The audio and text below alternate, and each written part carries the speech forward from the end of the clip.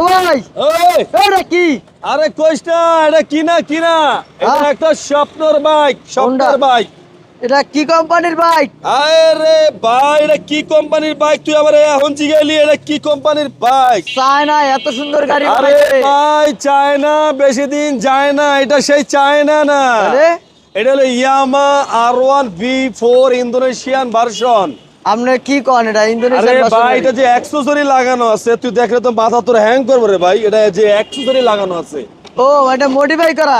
আরে মডিফিকেশন তো করছে এত টাকা ব্যয়বহুল মডিফিকেশন বাইকটা একদম মাথায় নষ্ট। আর এই বাইকটা যারা নিতে চান অবশ্যই ফারুক মোটরস স্ক্রিন দেওয়া নাম্বারে ফোন দিবেন। আর মডিফিকেশন করা লাগবে না, একেবারে মডিফিকেশনটা গাড়ির বাইকটা করা আছে।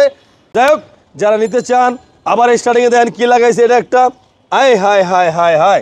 আচ্ছা, যারা এই বাইকটা নিতে চান অবশ্যই ফারুক মোটরস স্ক্রিন দেওয়া নাম্বারে ফোন দিবেন আর সাবস্ক্রাইব ফলো দিয়ে আমাদের পাশে থাকবেন। আল্লাহ হাফেজ।